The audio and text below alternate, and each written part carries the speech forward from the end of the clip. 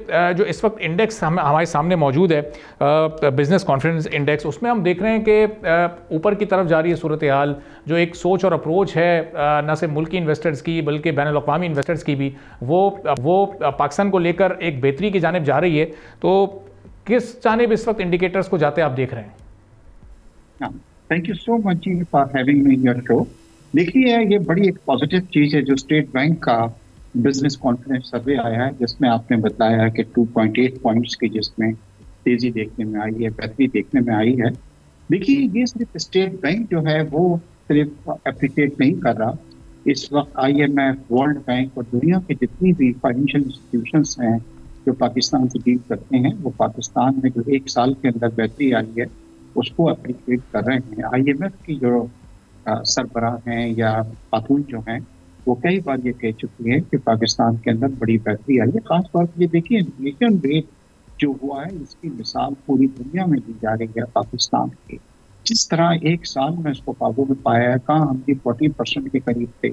और अब हम कहाँ सिंगल डिजिट के ऊपर आ गए हैं। इसी तरह अगर आपने अभी इंटरेस्ट की बात की, आल्दो आपने बिल्कुल सही कहा, मैं खुद भी एक बिजनेसमैन हूँ और हमारी ये डिमांड थी कि इंटरेस्ट रेट जब आपका इन्फ्लेशन इतना नीचे आ चुका है, जो 4% और 3% की बातें हो रही हैं, तो फिर कोई ज़रूरत नहीं है कि इसको अपनी 12% के ऊपर जो है वो इंटरेस्ट रेट हो। मगर स्टेट बैंक ने बेहतर समझा प्रिकॉशनरी मेजर के तौर पे कि उसको अभी इस बार उसके अंदर चेंजेस नहीं आई है, बल्कि कल तक ये रूमर थी कि स्टेट बैंक उसके अंदर भी 0.5% की जो है कमी तो उसके अंदर कर रहा है। तो देखिए, ये बड़ी पॉजिटिव चीज़ है कि मुझे अच्छी तरह याद है कि लास्ट ईयर जब मैं आपके किसी एक प्रोग्राम में बैठा हुआ था, पाकिस्तान में जो हालात थे वो अनबिलीवेबल थे और बातें हो रही थी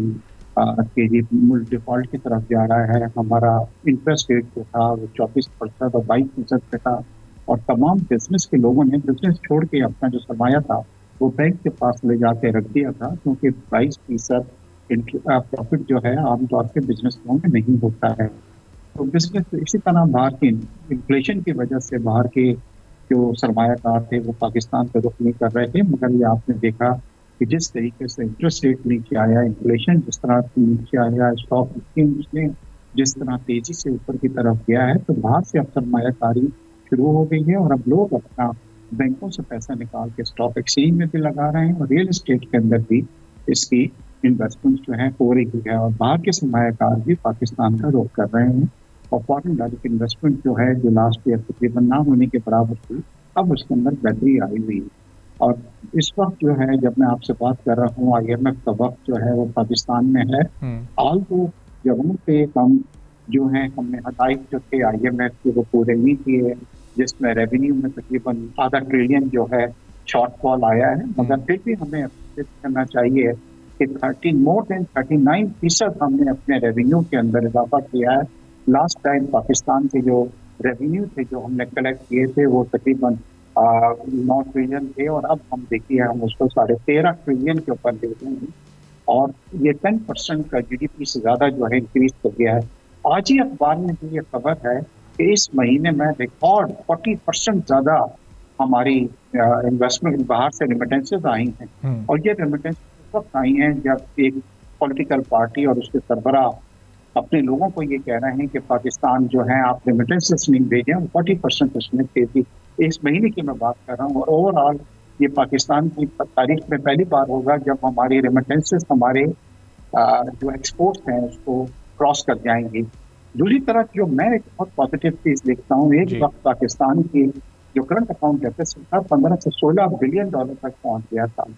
और अब वो तकरीबन खत्म हो गया, बल्कि पॉजिटिव में जी करंट अकाउंट डेफिसिट हमारा जा रहा है और इस वक्त पाकिस्तान की जी मिसालें दी जा रही हैं दुनिया में। आपको मिसाल दूं कि मेरा कुछ बिजनेस इंटरेस्ट है जी